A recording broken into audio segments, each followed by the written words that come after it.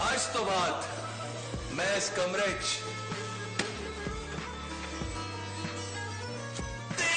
कुर्सी पे बैठा था।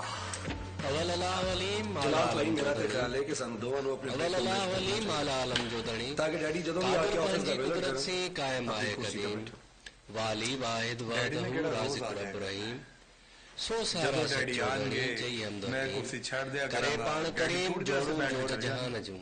चलो मैं बहस नहीं करना चाहता। ठीक है चंगी गल है, बहस करनी भी नहीं चाहिए। तू अपने कमरे जाते इंज करो की ना है सेक्रेटरी साहब मेरे में सोने तालिक नोट्स है फिर 93 अपने नाल ले जाते नाल दे कैबिन में बैठा ले। प्रोग्राम पेश करे तो सुरई सांझ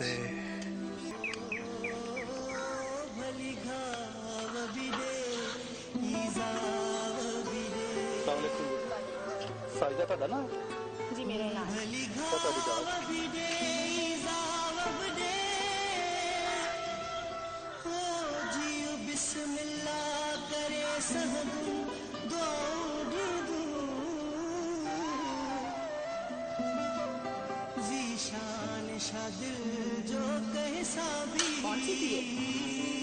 डाकिया सी अम्मी जी चिट्ठी कितने आ गई जॉब लाइक दरखास्त दी सी इंटरव्यू कॉल है पहली गल तो जॉब करने कोई हरज नहीं तो ना ही मैं तेन रोकांगी पर मैं घर चली हो जाए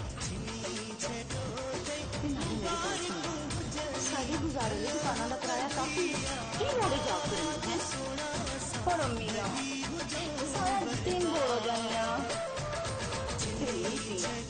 फिर मैं बोर हुआ करूंगी। गलती ठीक है अम्मी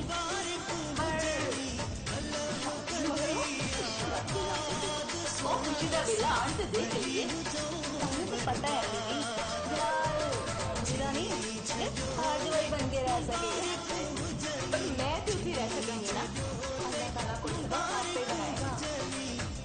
हाँ अम्मी याद आया कल खाली संगाली सहाय ही रहे तोहफा ले आई नमस्ते मैं बड़ा ही सोना तोहफा लेके जाऊंगी मैंने पता है मेरी टीवी दिखाने वाले बहुत सोने हैं। आज तो बाद कोई भी शख्स दफ्तर देर ना ये आज तो पहले दफ्तर जो भी था लेकिन आज तो बाद हर काम अपने वक्त का लोगे समझ गए हो मैंने तू आजा अंदर आजा चलो ठीक है अपना अपना काम करो तो मैंने कोई शिकायत भी नहीं चाहिए। ठीक है जाओ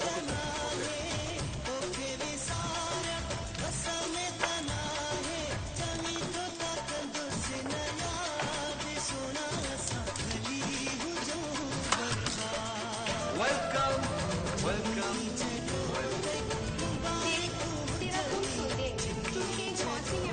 जी बड़ी मेहरबानी लंदन जरूर तुमसे गए हो 2 साल के मैंने 2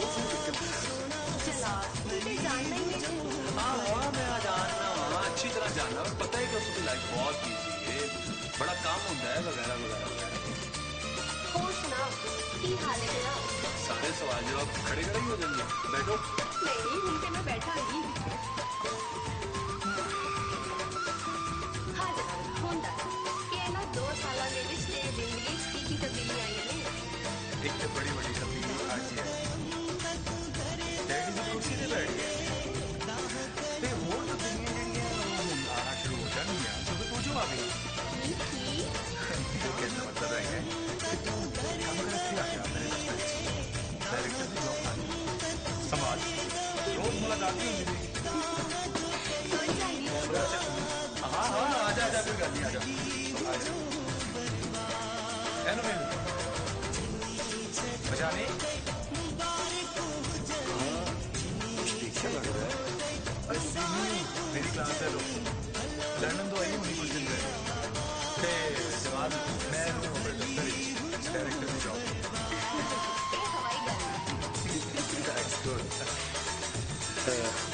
फिलहाल भाई तुसी अपनी नवी ये बारे शाइस्ता खाला ने कौन पूछा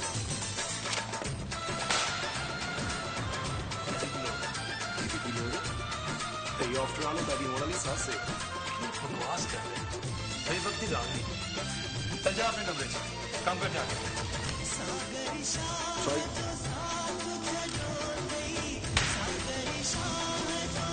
जलाल तू ना घबरा क्यों गया? तंज करके गया मोनालिसा से, मैं नहीं मानता। मैं हूँ चालिया ते तू अपना मूड ठीक कर ले, मैं फिर आवांगी। बैठ के सही चाह ते पी जा। जलाल मैं फिर आवांगी ते चाह भी पियागी ते नाले तेरे नाल ढेर सारियां गल्लां भी करांगी। ओके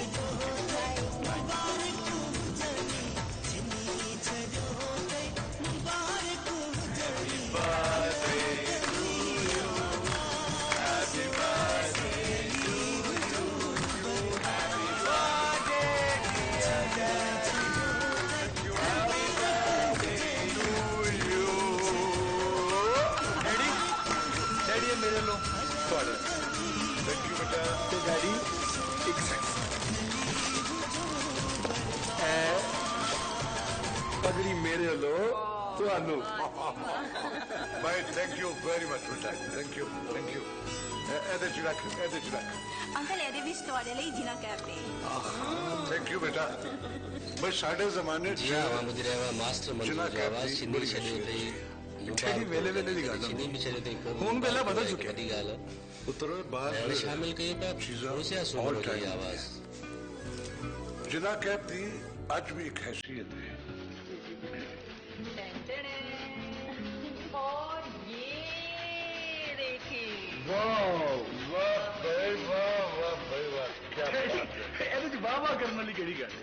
ਇੱਕ ਬੱਚਿਆਂ ਵਰਗੀ ਪੇਂਟਿੰਗ ਹੈਗੀ, ਰੰਗ ਵੀ ਦਿਖ ਰਹੇ ਨੇ। प्लीज प्लीज कोई बहस नहीं, ये पेंटिंग मैंने अच्छी लगी, बहुत अच्छी। जरा गौर न देखना, फिर मेरा पाकिस्तान चाहिए बात रख पुत्र नहीं रख देते। मैं एक गल तुहानू अज फिर याद करा दिया कि पाकिस्तान ये मुल्क अच्छी बड़ी कुर्बानियों के बाद आया। बेटा इस जमीन इस धरती ने सानू पहचान दी, इज्जत दी, ना दी, ये हमेशा वफा करनी है। लेकिन मेनू ये गल की सब तो ज्यादा खुशी है कि तुसी जो तोहफे मैंने दिते हैं मेरे नाम मेरे देश में जो तुम प्यार है ना वह हिसाब वेल डन मेरे बच्चों, बहुत खुशी।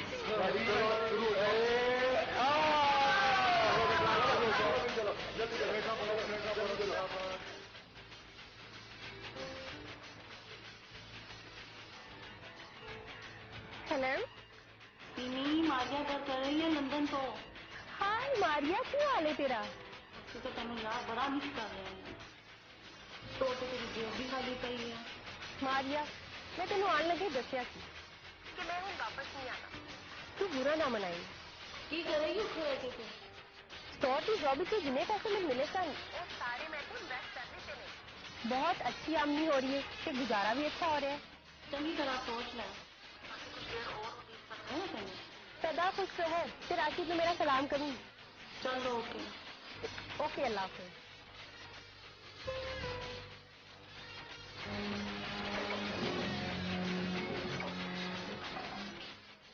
अस्सलाम वालेकुम।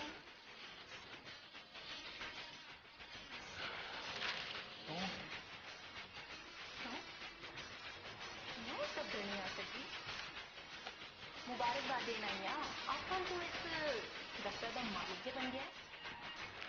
शुक्रिया। मेरा आना अच्छा नहीं लगा। किस तरीके तेरी मेरी जिंदगी मैं तो बारे में सोच रहा, बल्कि तू सोच, अच्छी तरह सोच। गल्ला कर रहे हैं? मैं बिल्कुल सच्ची गल्ला करना है।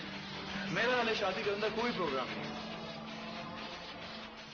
कदम का कोई प्रोग्राम नहीं या फिर मेरे नाल शादी करने का कोई प्रोग्राम नहीं? तू जो मर्जी समझ।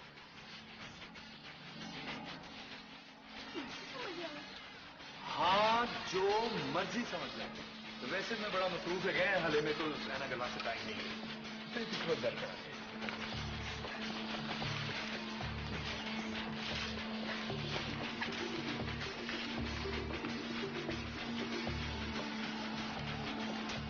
मैं सब समझ तू चल मिलना मेरे को मुझे जान दे।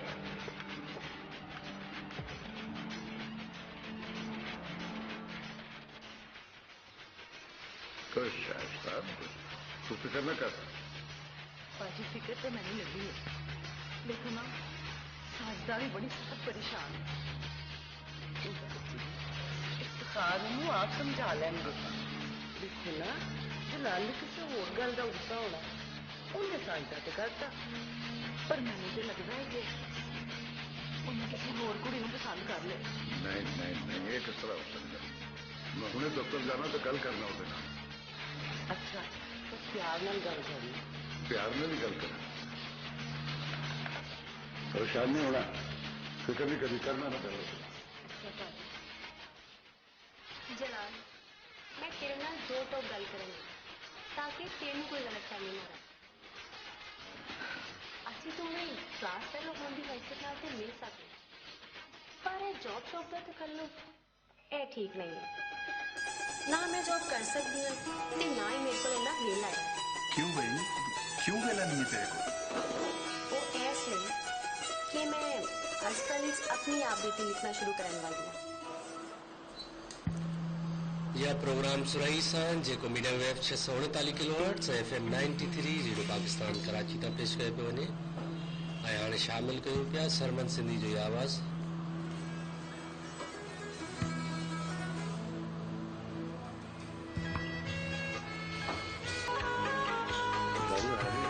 की कह रही हो तुम? जी डैडी बिल्कुल, मैं सही है ना, चल बैठ। जलाल तू अपना कार अपना मुल्क छड़ के किमें जा सकना है? 18 करोड़ इंसान के डर के नस जन गए ना बम धमाकिया तो देख इस खौफ के बावजूद इस शहर दी रौनकां भी उही ने ते कारोबार भी उंजी चल रहे ने। ਬਹੁਤੀਆਂ ਤਕਰੀਰਾਂ ਨਾ ਕਰ, ਚੱਲ ਬੈਠ ਤੇ ਚੱਲ ਮੇਰੇ ਨਾਲ। जलाल तेनों अपने डैडी का जरा भी ख्याल नहीं है? उन्होंने किन्ने मान दे नाल तेनों 7 करोड़ का चेक दिता है और दफ्तर दिता है कि तू इत्थे रह के इस रकम नूं इस मुल्क विच इन्वेस्ट करे। जलाल तेरी मां तेरी भैन ते तेरी मंगेतर दी अखां विच सिर्फ तेरी तस्वीर लहरा रही है।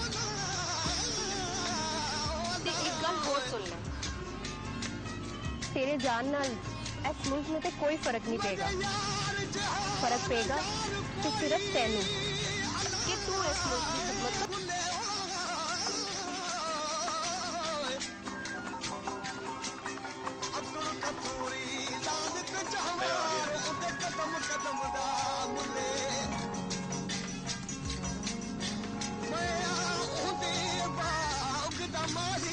सीधे रस्ते पे आ गए। गुलाम फरीदा हाकिम दी लतार को संदा दिल करीब दा